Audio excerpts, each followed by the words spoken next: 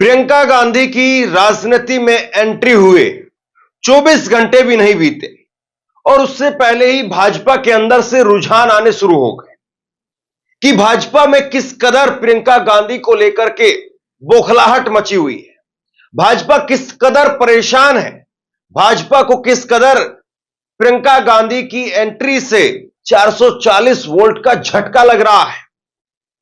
प्रियंका की वजह से भाजपा का खेमा कितने बड़े सदमे में है, ये कुछ चीजों को आपको देख करके अंदाजा लग जाएगा। आज प्रियंका गांधी ने वायनाड से अपना नॉमिनेशन फाइल किया। प्रियंका गांधी ने जब अपना नॉमिनेशन फाइल किया तब से ही इस बात की चर्चा है कि बीजेपी कैसे काउंटर करेगी प्रियंका गांधी को, क्योंकि अभी तक राहुल गांधी थे, अब प्रियंका गांधी भी आ गई, कैसे काउंटर करेगी बीजेपी। एक ये सवाल बना हुआ था, तमाम लोग ये सवाल जानना चाहते थे, लेकिन इसका जवाब मिल गया। झूठ के सहारे, झूठ के नैरेटिव के सहारे प्रियंका गांधी के साथ में बीजेपी डील करने की कोशिश कर रही है, जैसे राहुल गांधी के साथ में इतने वर्षों से कोशिश हो रही है। राजनीति में आरोप प्रत्यारोप लगातार लगते रहते हैं, कोई नई बात नहीं है, लेकिन कोई आ रहा है, पहली बार आ रहा है राजनीति के अंदर, तो उसको आने दीजिए, उसको बोलने दीजिए, उसको करने दीजिए, फिर उसके बाद में चीजें आगे की तय होंगी। लेकिन प्रियंका की जैसे ही एंट्री हुई, भाजपा का खेमा कितना परेशान है, एक एक करके मैं आपको दिखाता हूं। दिल्ली में तमाम नेता जो है बाइट दे रहे हैं, वो कह रहे हैं कि प्रियंका गांधी के आने की वजह से हमें चिंता नहीं है, प्रियंका गांधी के आने की वजह से कांग्रेस के खेमे में चिंता है। चिंता इस बात की है कि राहुल गांधी का क्या होगा, राहुल गांधी के कद का क्या होगा, राहुल गांधी का कांग्रेस पार्टी क्या करेगी, प्रियंका और राहुल के बीच में झगड़ा बढ़ जाएगा। इस तरह से बाइट दी जाने लगी, इस तरह की बाइटें टीवी पर चलने लगी।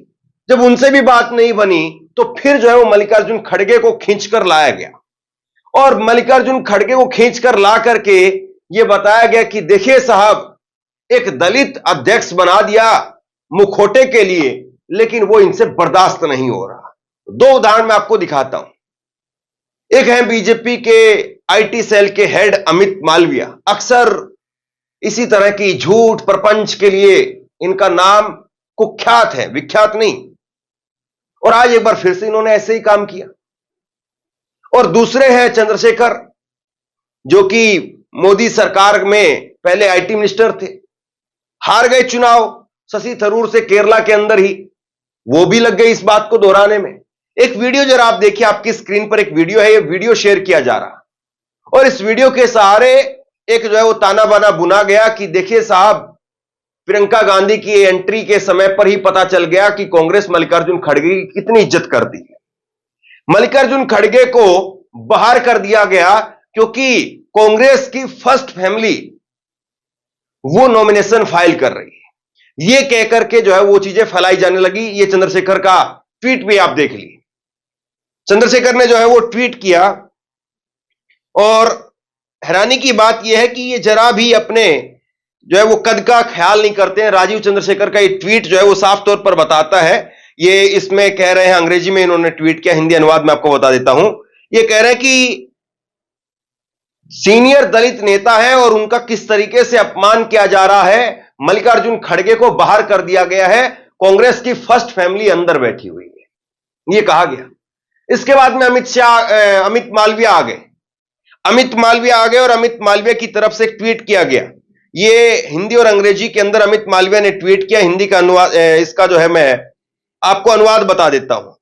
अमित मालविया जो है वो ट्वीट करके लिखते हैं कि दिग्गज नेता और कांग्रेस अध्यक्ष मल्लिकार्जुन खड़गे को प्रियंका गांधी के नामांकन से बाहर रखा गया।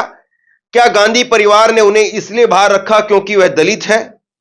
राहुल गांधी के हम आरक्षण हटा देंगे वाले बयान के बाद इस प्रकार एक वरिष्ठ नेता का अपमान गांधी परिवार की दलितों के प्रति सोच को दर्शाता है। अमित मालविया ने जो है इस बात को कहा।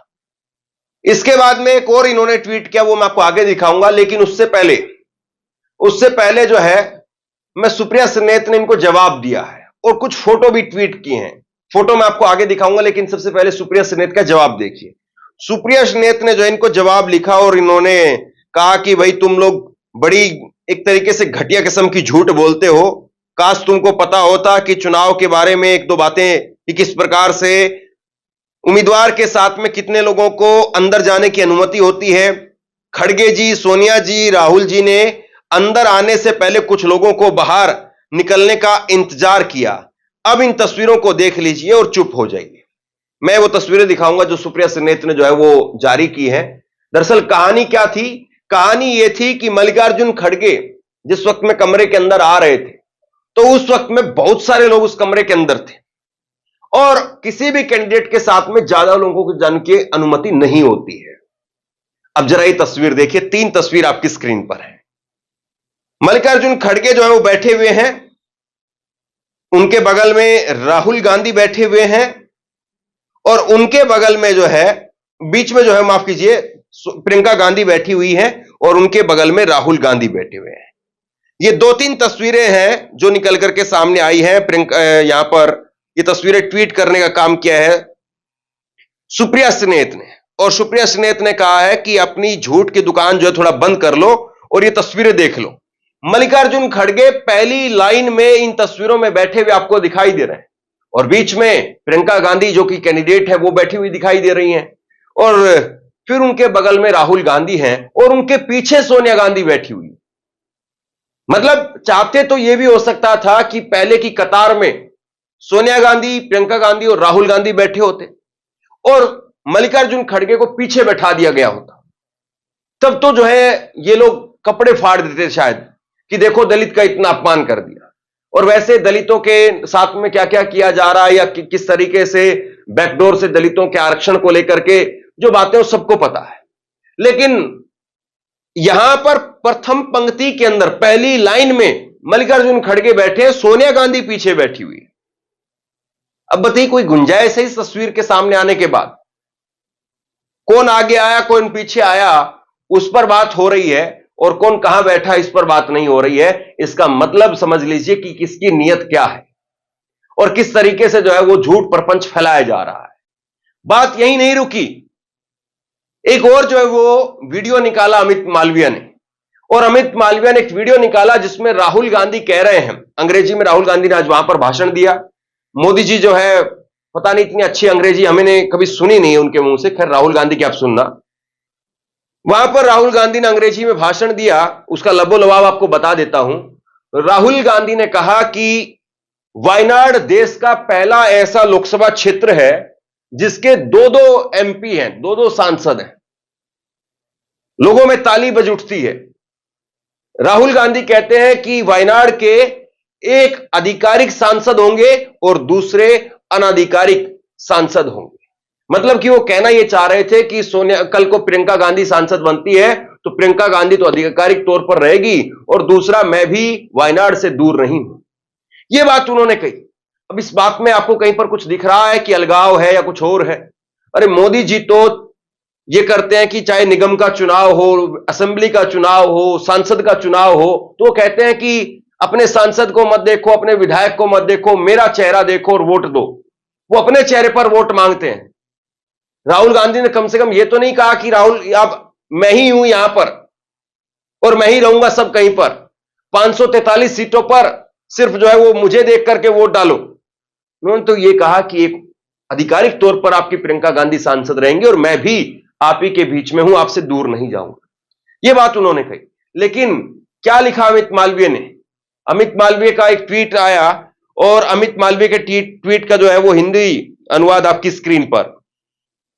अमित मालवीय जो है वो ट्वीट करके लिखते हैं कि राहुल गांधी और प्रियंका गांधी के बीच में दरार है और इससे बड़ी और इससे खुली जो है वो दोनों के बीच में स्वीकारोक्ति नहीं हो सकती है। वायनाड में प्रियंका गांधी के नामांकन रैली के दौरान राहुल ने कहा कि अगर उनकी बहन जीतती है तो भी अनौपचारिक तौर पर वही सांसद बने रहेंगे। यह न केवल प्रियंका की उम्मीदवारी को कमजोर कर रहा है बल्कि वायनाड के लोगों को भी हल्के में ले रहा है। अब दोनों बातें मैंने आपके सामने रख दी है। राहुल गांधी ने जो कहा वो भी आपको बता दिया, अमित मालवीय जो कह रहे हैं वो भी आपको बता दिया। अब राहुल गांधी के शब्दों में आप सुन लीजिए और हाव भाव भी देखिए आपको क्या नजर आता है। I'd like to remind you in case you forget, that Wayanad is the only constituency in the country that has 2 members of parliament. അതുകൊണ്ട് നിങ്ങൾ മറന്നു പോവുകയാണെങ്കിൽ നിങ്ങളെ ഒരു കാര്യം ഓർമ്മിപ്പിക്കാൻ ഞാൻ ആഗ്രഹിക്കുന്നു. വയനാട് ഈ രാജ്യത്തെ ഒരേ ഒരു നിയോജക മണ്ഡലമാണ്. അതിന് 2 ജനപ്രതിനിധികൾ ഇന്ത്യൻ പാർലമെന്റിലുള്ള ഒരേ ഒരു നിയോജക മണ്ഡലമാണ് Wayanad. One is the official member of parliament and the other is the unofficial member of parliament. അതിലെ 2 ജനപ്രതിനിധികൾ, ഒരാളെന്ന് പറയുന്നത് വയനാടിന്റെ ഔദ്യോഗിക പ്രതിനിധിയാണ് ഇന്ത്യൻ പാർലമെന്റിൽ. രണ്ടാമത്തെ ആൾ വയനാടിന്റെ അനൗദ്യോഗിക പ്രതിനിധിയായി ഇന്ത്യൻ പാർലമെന്റിൽ ഉണ്ടാവും. And they will both work together to protect the interests of the people of Wayanad. दरअसल बीजेपी की जो दुकान है वो झूठ के बगैर नहीं चल सकती. अमित मालविया ने इसी तरीके से 1 नहीं 2 नहीं, रोजाना इनका काम था 3-4-5 जो है वो दर्जन भर, आधा दर्जन भर ट्वीट करना कि राहुल गांधी ने दलितों को लेकर के अमेरिका में यह बयान दे दिया, जबकि सिरे दूर दूर तक वो बयान नहीं था जिसका वो जिक्र करते रहे. और राहुल गांधी ने उसके बाद में खुले शब्दों में कहा कि आरक्षण हम 50% से ऊपर लेकर के जाएंगे, लेकिन इनका काम सिर्फ वही था. आप बताइए, मोदी जी के 15 लाख के बारे में, 2 करोड़ युवाओं के बारे में, उनके बारे में कभी कुछ नहीं, और विपक्ष पर सारा होमवर्क. मतलब आप आईटी सेल के हेड हैं, वो कांग्रेस के लिए हैं या बीजेपी के लिए हैं? अब बीजेपी की कभी अच्छी बातें दिखाइए. बताइए बीजेपी ने कितनी नौकरियां दे दी, कितने लोगों को रोजगार दे दिया, देश की जीडीपी इकोनॉमी को कितना ऊपर लेकर के चले गए, देश में महंगाई बेरोजगारी कितनी कम कर दी. बताइए जरा. कांग्रेस कांग्रेस कांग्रेस कांग्रेस कांग्रेस. गजब.